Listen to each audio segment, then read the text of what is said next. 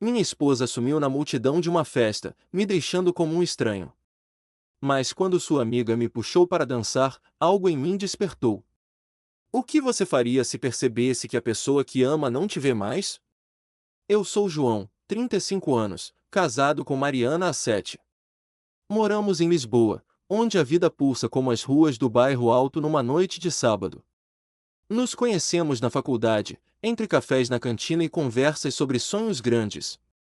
Mariana era como uma tempestade de energia, dançava na chuva, ria alto, fazia o mundo parecer maior. Eu me apaixonei por isso. Mas, com o tempo, aquela chama foi apagando. Não de uma vez, mas aos poucos, como uma vela que ninguém lembra de apagar. Nos últimos anos, Mariana mudou. As conversas viraram monossílabos. Ela saía mais com colegas do trabalho, sempre com uma desculpa: é só uma coisa rápida, João, não ia te divertir. Eu confiava nela, ou pelo menos queria confiar. Mas cada não te preocupes parecia um tijolo a mais no muro entre nós. Tentei planejar jantares, escapadas de fim de semana, mas ela sempre estava cansada ou ocupada. Eu me sentia um móvel velho, esquecido num canto da casa. Aí veio a festa. Era num rooftop em Alfama, organizada por um colega da agência de publicidade onde Mariana trabalha. Ela mencionou a festa de passagem, como se minha presença fosse opcional. Se quiseres vir, tudo bem, disse, com o mesmo tom que usaria para convidar um vizinho chato. Fui mesmo assim. Queria acreditar que a Mariana de antes, aquela que dançava na chuva, ainda existia. Chegamos, e ela se transformou. Sorria, abraçava todos, movia-se pela festa como se fosse a dona do lugar. Eu? Fiquei ao lado, segurando uma cerveja, tentando me enturmar. Mas ninguém me apresentou, e Mariana nem olhou para mim. Tentei entrar nas conversas, mas era como gritar num vazio. Depois de uma hora, ela sumiu na multidão sem dizer nada. Sentei num canto, fingindo interesse no telemóvel, mas o peso no peito crescia. Foi quando a Clara apareceu. Clara, amiga de trabalho da Mariana, 28 anos, cabelo cacheado, olhos que pareciam ler pensamentos. Já tínhamos nos cruzado antes, mas nunca falamos muito. Ela se aproximou e disse, direta: João, estás bem? Estás aqui sozinho há uma hora. Fiquei sem resposta. A Mariana tá ocupada, né? Continuou, com um tom que misturava pena e ironia. Ela tá agindo como se fosse solteira. As palavras dela foram um soco. Não porque fossem novas, mas porque alguém finalmente as disse em voz alta. Antes que eu pudesse reagir, Clara pegou minha mão. Vem, dança comigo. Pensei que era brincadeira, mas ela me puxou para a pista improvisada. Uma música animada tocava, e lá estava eu, desajeitado, dançando com a amiga da minha esposa. Não era flerte, era só, e humano. Alguém me viu. Alguém me tirou do canto. Olhei de relance e vi Mariana nos observando. O sorriso dela congelou por um segundo antes de se virar.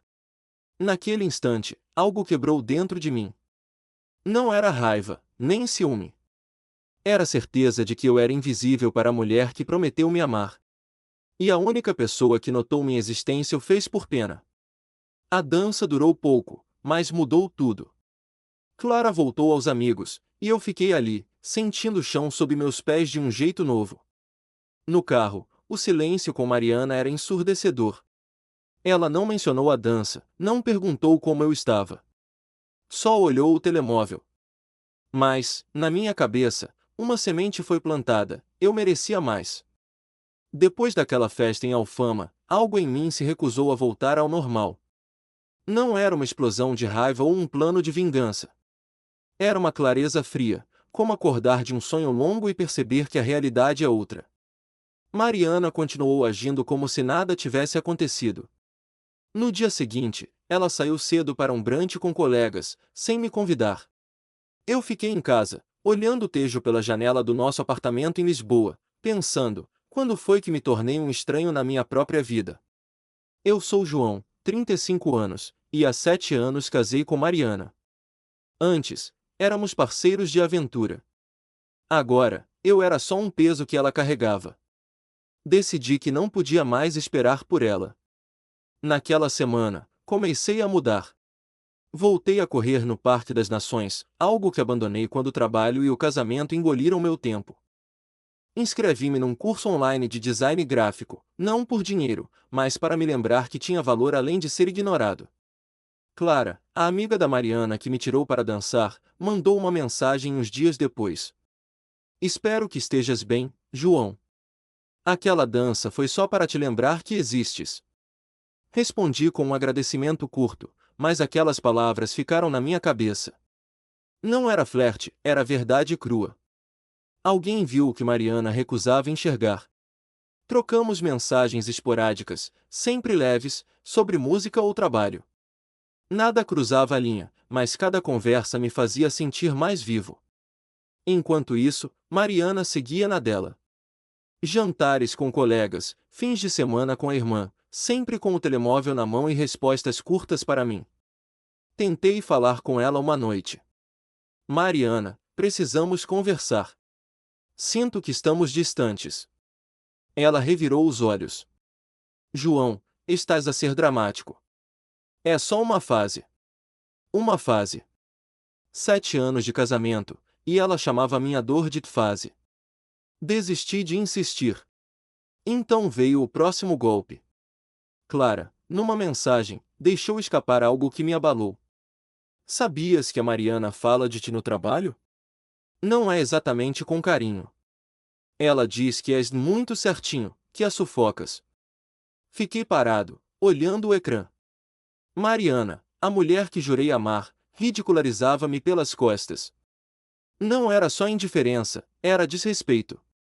Perguntei a Clara, ela diz isso a muita gente. A resposta foi pior, não diretamente, mas ri quando teu nome surge, como se fosses uma piada. Aquilo doeu mais do que a festa. Senti-me pequeno, mas também acordado.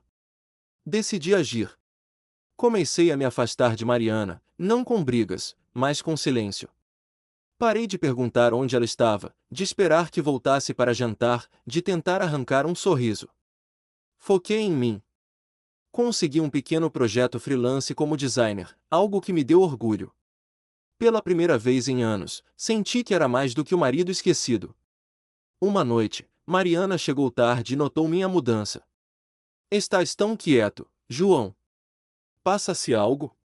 Respondi com calma, não, só estou focado. Ela franziu a testa, confusa, mas não insistiu. Era como se sentisse que o controle estava a escapar, mas não soubesse por quê. E eu não ia explicar. Não queria mais mendigar afeto. Clara e eu continuamos a falar, sempre com cuidado. Uma vez, ela disse, João, mereces alguém que te veja como um parceiro, não como um problema. Essas palavras ecoaram. Não era sobre Clara, era sobre eu perceber meu valor. Mas então, veio a reviravolta.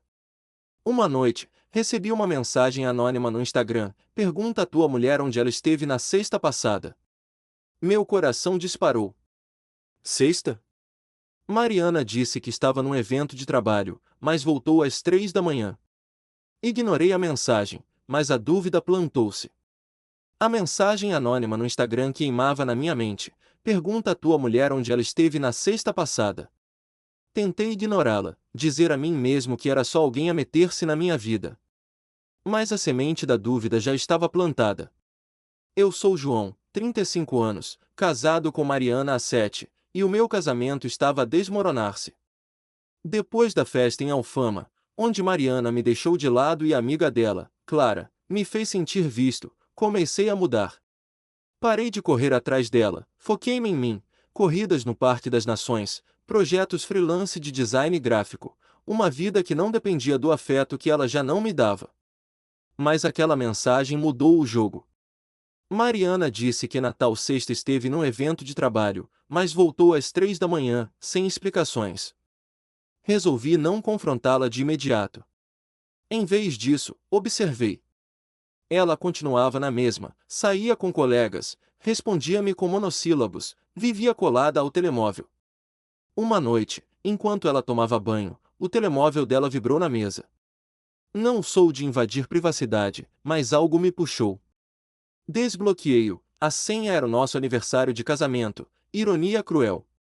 Havia mensagens de um tal Rui, um colega que ela mencionava às vezes. Sexta foi incrível. Quando repetimos, meu estômago revirou. Não havia detalhes explícitos, mas o tom não era de trabalho. Guardei o telemóvel e não disse nada. Nos dias seguintes, fingi normalidade, mas comecei a juntar peças. Mariana saía mais, mentia sobre onde estava. E o desrespeito que Clara mencionou, ela falar de mim como uma piada no trabalho, ganhou um peso novo. Decidi investigar.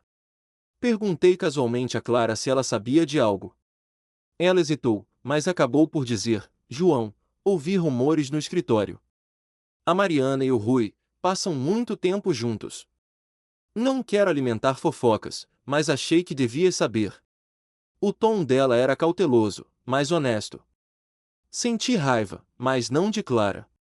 Era raiva de mim, por ter sido cego tanto tempo. Resolvi confrontar Mariana.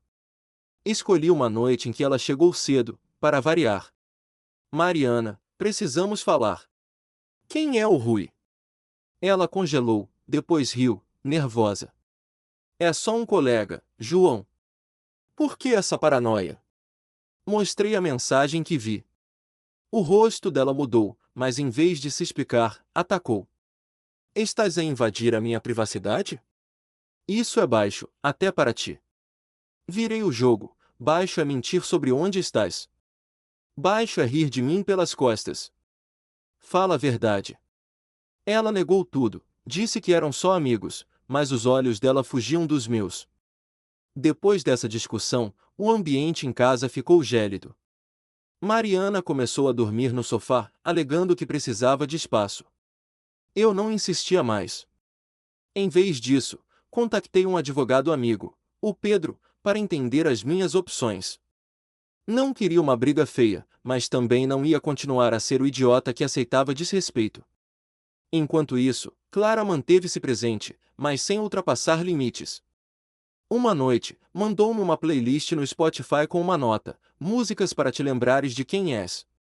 Uma das canções, Vida Nova do Manel Cruz, acertou-me em cheio. Era como se ela soubesse que eu estava a renascer. Então, veio a reviravolta. Numa quinta-feira, recebi outra mensagem anônima: verifica o e-mail de trabalho da Mariana. Há algo que precisas de ver. Meu coração disparou. Não tinha acesso ao e-mail dela, mas lembrei-me que ela usava o portátil de casa para trabalho. Esperei que ela saísse, com o peito apertado, entrei na conta dela, a senha estava guardada no navegador. Encontrei e-mails entre ela e Rui, planeando encontros discretos fora de Lisboa, em Cascais, Sintra. Um deles mencionava uma escapada no fim de semana seguinte. Era a prova que eu temia, mas também a clareza que precisava. Os e-mails entre Mariana e Rui eram como facadas, cada palavra confirmando o que eu temia.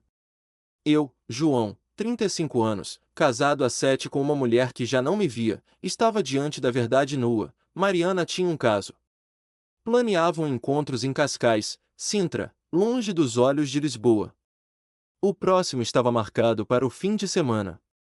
Senti um vazio, mas também uma determinação nova. Não ia confrontá-la de imediato. Queria ser estratégico, não emocional.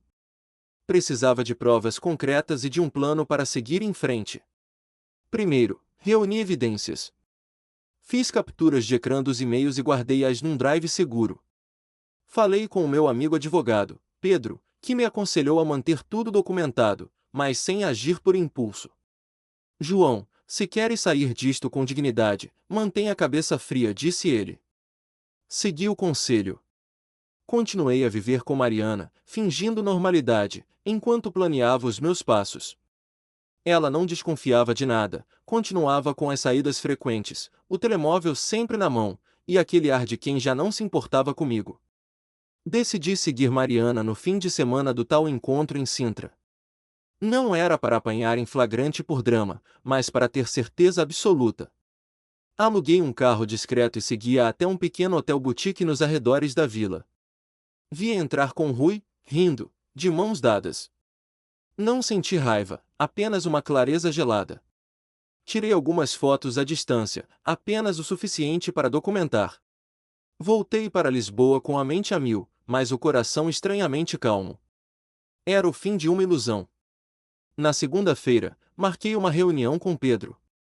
Ele analisou as provas e disse que eu tinha o suficiente para um divórcio sem culpa, se quisesse. Mas pensa bem, João. O que queres para ti? Essa pergunta ficou comigo. Não queria vingança mesquinha, mas justiça. Queria sair com a minha paz intacta. Decidi que confrontaria Mariana, mas não em casa, onde ela poderia manipular a situação. Escolhi um café tranquilo no Chiado, um lugar público onde ela não faria uma cena. Convidei-a para conversar na quarta-feira à noite. Ela chegou atrasada, com aquele ar impaciente que se tornará habitual. Sentei-me com uma chávena de café, calmo, e comecei. Mariana, sei de tudo. Os e-mails, as saídas com o Rui Sintra. Mostrei-lhe uma captura de ecrã no meu telemóvel. O rosto dela passou de surpresa a pânico, depois a defesa. João, estás a inventar coisas. Isso não é o que pensas. Mas a voz tremia. Continuei, firme, não mintas. Vivos em Sintra. Acabou, Mariana. Não sou mais o teu plano B. Ela tentou virar o jogo, acusando-me de espionar, de ser controlador. Mas eu não cedi. Controlador? Fui eu que te dei espaço enquanto me tratavas como lixo. Rias de mim no trabalho, dizias que eu era uma piada. Acabou. Pela primeira vez, via sem argumentos. Ela baixou os olhos, murmurou um desculpa fraco, mas não acreditei. Não era arrependimento, era medo de ser exposta. Disse-lhe que queria o divórcio e que já tinha um advogado. Não vou fazer escândalo, mas também não vou ficar, concluí, levantando-me. Saí do café com um peso a menos. Nos dias seguintes, comecei a organizar a minha saída. Aluguei um pequeno apartamento em Campo de Ourique, um sítio onde podia recomeçar. Falei com Clara, que se tornará uma amiga improvável, mas nunca cruzamos linhas. Ela apoiou-me, dizendo: João, estás a fazer o certo. Mereces alguém que te valorize. Agradeci, mas deixei claro que o meu foco agora era eu mesmo. Voltei a correr, intensifiquei os projetos freelance, até me inscrevi num workshop de fotografia em Lisboa, algo que sempre quis fazer. Mas o drama não acabou. Uma semana depois, Mariana enviou-me uma mensagem longa, cheia de promessas de mudança, dizendo que terminara com Rui, que queria tentar de novo. Li, mas não respondi. A confiança estava quebrada, e o respeito, perdido há muito. Mostrei a mensagem a Pedro, que sugeriu um mediador para o divórcio, para evitar tribunais. Concordei. Queria resolver tudo de forma limpa, sem ódio, mas também sem voltar atrás. Então, veio outra reviravolta. Clara, numa conversa casual, mencionou que Rui não era apenas um colega qualquer, era o chefe de Mariana na agência. Isso explicava o poder que ele parecia ter sobre ela, as saídas de trabalho. Fiquei tentado a expor tudo no escritório, mas recuei. Não era quem eu queria ser. Em vez disso, enviei um e-mail anônimo à direção da agência, sugerindo que investigassem relações inadequadas no local de trabalho, sem citar nomes. Não sei o que aconteceu depois, mas soube por Clara que Rui foi transferido para outro departamento. Mariana nunca mencionou nada. O confronto no café do Chiado marcou o fim de uma era. Eu, João, 35 anos, casado há 7 com Mariana, finalmente aceitei que o nosso casamento era uma casca vazia. Depois de descobrir os e-mails com Rui, o chefe dela, e de haver com ele em Sintra, não havia volta a dar.